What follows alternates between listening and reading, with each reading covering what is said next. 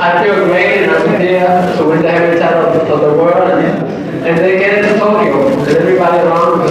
I'm in Tokyo, real happy. I enjoyed everything about being here. ここに来て幸せになってます。そうですか。クラスにいた2回のクラス。つまり、I can fly on the 1st of September. On the 1st of September against the Foreman. Oh, we're gonna bison, we're gonna fight it, and then we're gonna have to win it. さあ、高田がやってます。そうですか。何回ぐらいでチャンピオンを勝つべきか。When do you think you can knock him down? Around 7 or 8 rounds. 7ラウンド。7ラウンド。はい、一つ頑張ってください。いい試合を。Thank you.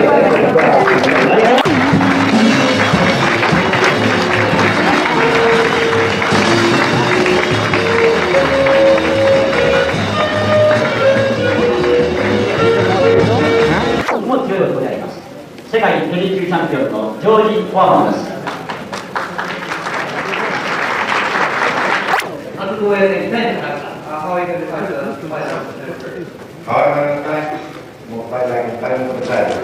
タイトルをまた自分のもとに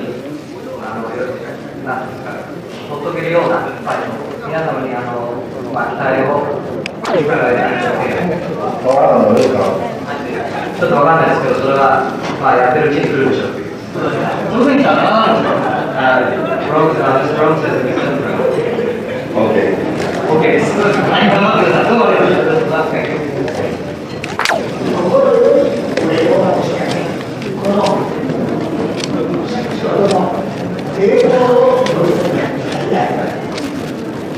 私は会社の人を含めたまたアイドルの大体大会をこの人がここを目指しまして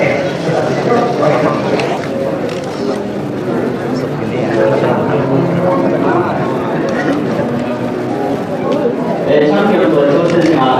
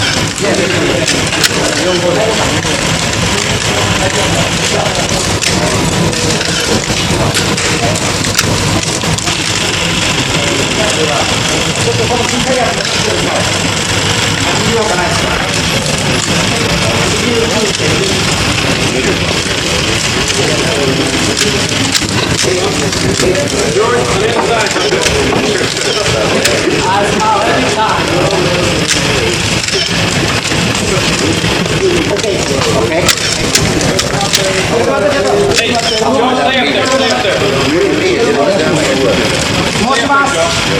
ローマン、89.9、89.2 です。今度は196ポンド4分の3。わかりましたか？キロ。89.2。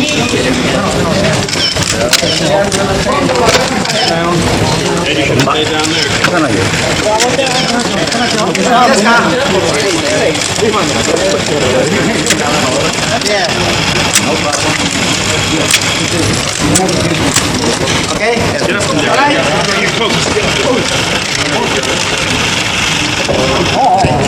September 1st past, George Foreman fought his first defense of his heavyweight championship against a fighter named Joe King Roman in Tokyo, Japan. And it wasn't much of a fight. It lasted for only 2 minutes of the first round. I think most of you perhaps more vividly recollect the brilliance of George Foreman back in January of this year on the island of Jamaica when he simply demolished Joe Frazier, a superb fighter himself, in the second round of their fight for the title.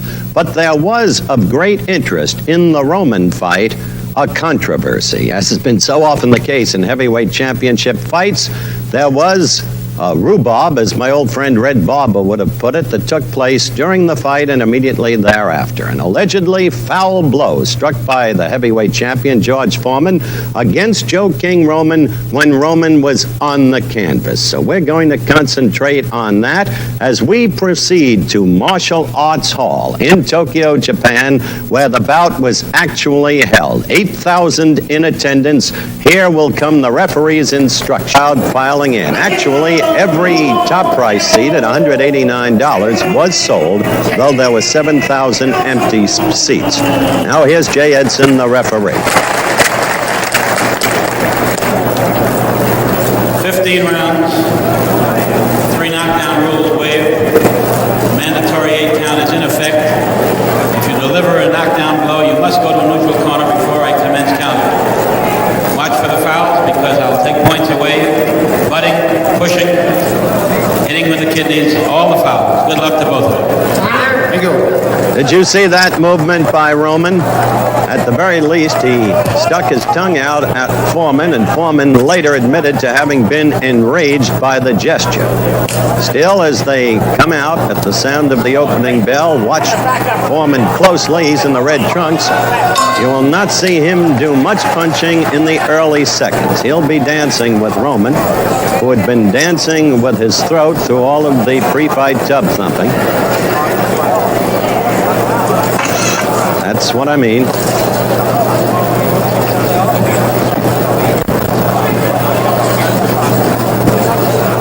But in just a matter of seconds now, watch Foreman's right. Roman's belly.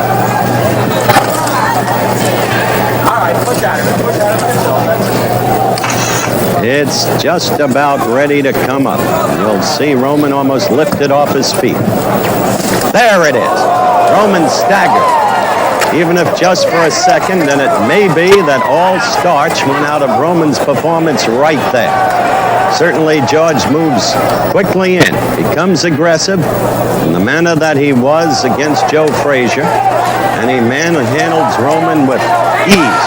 Now get ready for the controversial punch. I want to emphasize that Jay Edson is in good position, the referee. There, he was down, and quickly you saw a right landed to Roman's face while he was down. Roman's handlers come in to argue with Edson, who, by the way, is a member of the Arizona State Athletic Commission. Foreman placid in the neutral corner. Now the fight resumes. Of course, George is all over him, and that quick punishing right floors him for the second time. We are not 2 minutes into the first round. Mandatory 8 count is registered. Roman comes back to do battle, but not really. He is against the ropes. Foreman swinging wildly and missing, but finally, final knockdown takes place. This time, Roman will not be getting up. The official time, 2 minutes of the first round. Look at Roman's eyes, utterly glazed. Foreman with that impassive face. Now, Foreman's being acknowledged as the winner. Roman still cannot get up. His handlers are trying to help him, but there is still no disposition to rise. And so Foreman easily retains his title. We're going to be back in just a moment, and we're going to take a closer look at that controversial blow registered by Foreman in slow motion. Then we're going to hear referee Edson's explanation of the blow as he saw it, and finally, Ray Falk will be talking with the heavyweight champion himself, George Foreman. Back in a moment. Germany. But right now, back to the Foreman-Roman fight, if it could be called that, and the notion occurs that perhaps Tokyo was not far away. They could have found a more distant place to have held it. Let's look at the slow motion of that blow. All right, we pick up the bout. Now watch Jay Edson, the referee, closely. Position is everything in officiating a fight, and Jay Edson has it. He's off to the side there in a perfect spot. Slow motion makes the action seem much lengthier, of course. Roman is getting ready to go down on the canvas. That sent him down, that last blow. Now watch. He would appear clearly to be down.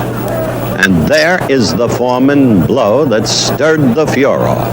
Instantly, the handlers got up in the corner of Roman, and they appealed to the referee immediately, and their appeals were unavailing, as you can see right there. Jay Edson was adamant in his position about the blow, as he later explained. It was not a foul. It was a follow-through on a punch. It can happen to any fighter in the momentum of coming through with a flurry of punches.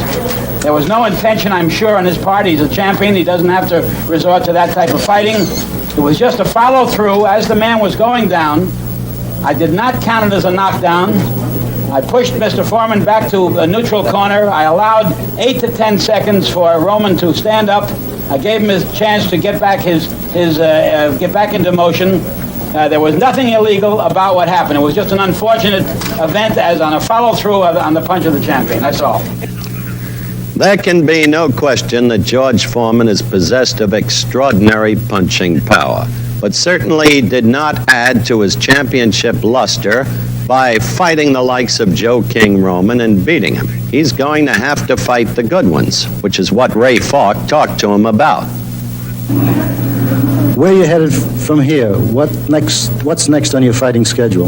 Well, I'm hoping to jump on another contender within the next couple of months, and they go on down from Joe Frazier, Jerry Query, Ali, Norton, and people of this nature.